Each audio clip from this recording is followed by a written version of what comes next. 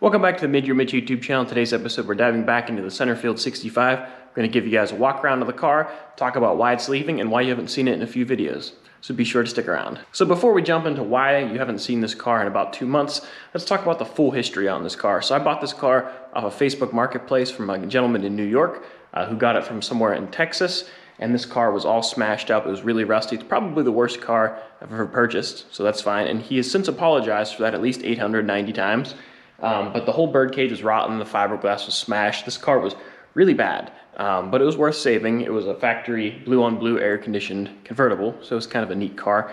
But I have a subscriber who's been watching my videos for several years, and he's been asking me for a long time to build him a car. He's wanted a convertible for quite a while. So we ended up coming to a deal that I would build him a body from the front end to the back, rebuild the bird cage so it has a new front end, new quarter panels, a different back end. The whole bird cage has been rebuilt from top to bottom, new rockers, whole new windshield frame, some patches here. The whole thing came together really nice. And then at some point we talked about getting a chassis for it. So this actually has the old Misfit chassis, which if you're familiar with that or you're not familiar with that, check out the videos on that. This is a 78 Corvette frame. I bought a 78 Corvette for like 800 bucks, took the body off, sold the body, and converted the chassis to be a C2 chassis with C2 body mounts, new frame horns. I used a section of a 66 Corvette rear frame, and then I stiffened it up and then ended up selling that car. It went under another split window, and now it's under this car with a different engine and transmission. So it's in its, what, 4th car that it's been on. So hopefully this is the final one. But the whole idea was just, I wanted to get it rolling and then ship it off home. And he asked if I could get it running and driving for him. And I said, yeah, I can do that. It'll make it easier to load. Really didn't want to at first, but this car has been very ornery. I'll talk about it here more, but this thing has not wanted to run. I've never had so much trouble getting a car to run. It's been very frustrating. Luckily, he's been very understanding, and the gentleman who has the 65 Coupe has been very understanding as well. But unfortunately, this car has been a bottleneck for about 2 months in the shop. I have done everything else I could on the 68 Corvette. Whenever I was ready to pull the body off this car, I said I want to get this car running and driving to move it out of the way, and then I can pull this one apart, build the cart, etc., etc. But that didn't work out, so what ended up happening was I had to do all the videos on this while I still worked on this in the background. So I've been tinkering with this car for about a month and a half, trying to get it to work, part swapping, diagnosing, testing things. My dad has been doing the same thing. It's been taking me off the 68. It's prevented me from working on that car, and it's prevented him from working on the Camaro, which is okay. You know, I wanted to try to fix it, but at a certain point, you just have to throw in the towel, unfortunately, and that's what's happening here. We can't get it to work. So we're gonna throw in the towel. It's gonna be leaving in a week from today. I just wish it was running and driving because I wanted to show it go from the boneyard to a really nice project to running and driving. Unfortunately, we didn't get there, but I'm not gonna be too bummed about that because, you know, we did the best we could. I'm human. I'm still learning every day. Just like Gene Winfield says, every day is a school day. One of my favorite expressions, every day is a school day. You learn something all the time. I think if you think you know everything and you decide to stop learning, I think that's when you should hang it up because there's always something new to learn from anybody out there. Do you think the chance to step back and be on the sidelines and see the game from a different perspective has allowed you to see anything different, learn anything, and, you know, take some lessons from it? No. So I'm going to continue to learn, try to get better. So I feel like I have the I brought you into this world, I can take you back out of this world mentality with this car because this car was nothing whenever I got it. And it has really nice gaps now. The doors open and close great. It's got a beautiful bird cage, really nice windshield frame. It's got great parts on it.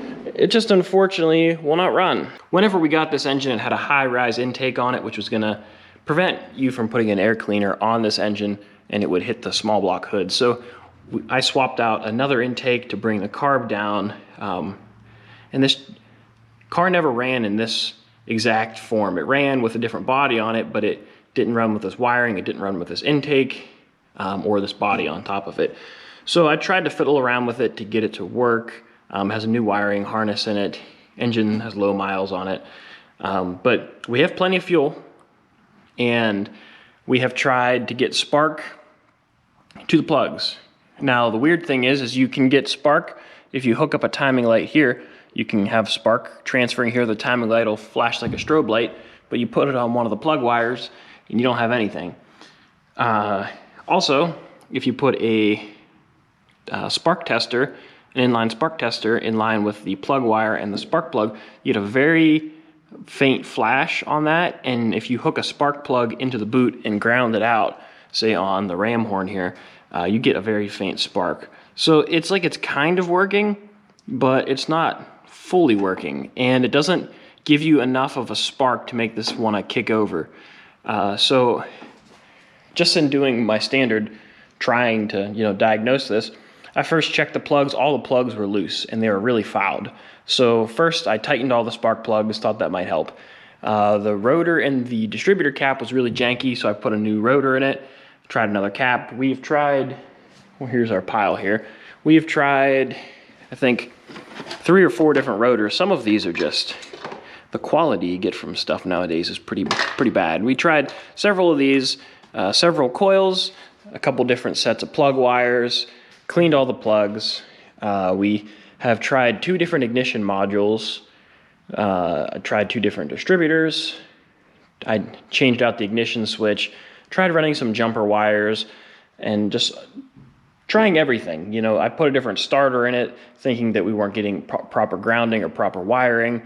So it's had plenty of different systems. It had a Pertronix ignition in it whenever it got here, and I have a different ignition in it that's a breakerless system that has like a little rotor vane in it, and that is what's in my red Corvette. So my dad did some real engineering and diagnosing work here, and he came up with this little spreadsheet here that has all kinds of different measurements to take here, and he compared it to my red car and the field find, and basically everything was the same except for the resistance, coil negative, battery positive.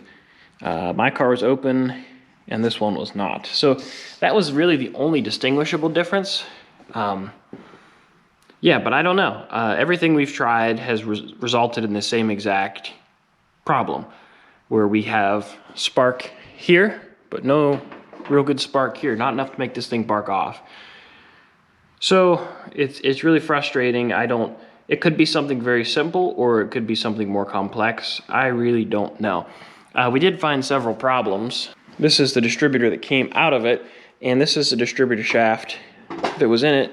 This thing had a lot of end play, so I went to rebuild it, and I took it apart, cleaned it, put it together, and the end play was gone magically. But if you lightly tapped on the shaft, it slid in, and you had about an 1/8 inch gap here. So I think what happened is this shaft had a burr on it, or something was wearing on it. The shaft was just worn out, and that was causing some end play. I thought the end play was the issue. I thought this distributor housing was rusty. I thought we weren't getting a good ground through there. There's been a lot of different things we've tried, and then my dad came up with the idea of cutting a window in one of our extra distributor caps here, in this kind of chintzy one, and we could look at the position of the rotor spinning around with all the contacts in there. With the old distributor, the gap was too large, where the rotor seemed to be too far away from the contact. Where we put another distributor in it that was a little closer, we just tried a whole slew of things, and this thing just won't even cough. It won't try to start at all. So that's really frustrating. I didn't want to make a video on this because I really wanted to solve this problem and tell you guys this was the problem. I wanted to present it like that. I wasn't trying to hide that this car wasn't working. I just wanted to have it in more of a positive way, just to show like, hey, these are the problems that we overcame. This is the end result. Watch out for these kinds of things. But unfortunately that didn't happen. So I'm presenting it like this, wasn't trying to hide anything. I'll be transparent with you guys. But I'm very blessed that everybody in the situation has been very understanding, and I appreciate your guys' continued support, and you guys being understanding as well. I'm sure someone in the comments will find their time to chime in, like they always do. But overall, we have to do what we have to do. We have to spend our time wisely. We've spent a lot of time on this, and my time messing with this like if I spend 100 hours on this, maybe it takes, a professional technician 5 hours, because maybe he thought of something that we didn't think of. So you never know. Maybe there's some other gremlin. But short of changing the body, the engine, or the wiring harness, I don't know what to do. I've part swapped too much. That's too much. It's not worth the time. I could have built that 65 coupe, basically in the time that I've been trying to fiddle with this. And they're taking up space. So there's no hard feelings here, but it's just, you know, a little bit of an unfortunate set of circumstances that this thing is leaving. But we also have to remember that this car basically came from nothing, and it is leaving here as a very good potential to be a running and driving project. Obviously, it's going to need paint. When it goes home, he's going to work on stripping the paint off the doors, the hood, the deck lid, and the exhaust valance, and then he can take it to his body shop, where that way he can get it roughed in. They'll get it primed, painted. He already has an interior for it, a blue interior. So he's got a lot of parts. He's been anxiously waiting for me to get to this car. We had a few delays. I appreciate him being patient with all the delays that we've had along the way. But this is going to be a really nice car when it's done. It's just got to get over that little hump. I must have jinxed it whenever I said this car is going to be going home right after it gets started. I said that at least like 8 times in videos. And apparently I jinxed it, and it doesn't want to run. It didn't want to leave. But it's going to Florida where it's a lot warmer, so I don't see why it's being ornery. But you know, there's a lot of potential here. The car has come a long way. It basically came from junk out of the junkyard back here, and it looks a lot more like a project car. And I think I'm really proud of this car. I hope he is as well. I hope he enjoys it. I'll make probably one more video on this car of a full build, you know, bird cage to this point, just to highlight kind of what we did with the car. And hopefully he really enjoys the car, and maybe we'll get some updates with it along the way whenever it gets closer to completion. So that way, you know, you guys can stay in the loop with this car as well. But I guess the moral of the story is don't give up. You know, I wanted to give up at least 38 million times on trying to get this thing running, but I kept my head down, kept determined, trying to find things. We did find some issues with the car along the way. There were a handful of things that weren't correct that we corrected, but it just didn't seem to make a difference for some reason. So there's something else going on that I'm just not thinking of. But with that being said, we've come a long way with this car. I was discouraged by this, but you know, what can you do? We have more projects to work on. We'll get right back into the swing of things, and hopefully you guys can keep chugging along on your project. You know, every project has its roadblock and difficulties and stuff like that. But old Centerfield's gonna be hitting the road here in a week, and now I gotta go through the parts that I'm gonna throw in the car, get this thing ready to ship out. So it's gonna live its new life down there. I'm not sending Centerfield home empty-handed. I have some boxes already packed up in the car of parts. I also have a full set of windshield trim here. They need to get wrapped up. We have some windshield wiper transmissions, wiper motor, and you know, some of this stuff might not be perfect, you know, to use as is. It's gonna need some restoration work, like the hood latches or the license plate bezel. But stuff like this, license plate light, these are actually pretty expensive, and that's a pretty nice one that he can clean up. May have been from the Misfit, actually. But at least he has something to work with here. And then I have a center console here that needs a little restoration work, but it is a power windows unit. I also have some other odds and ends I'm gathering up. I'm gonna start packing them in the car. And then I have a convertible top frame back here I need to do a little work to, and set it on here and probably zip tie it in place because I don't have the latches for up here. But at least, you know, we'll have a good bit of parts in here, so he's off to a pretty good start. And I have headlights I gotta throw in the car. Well, I forgot those at home.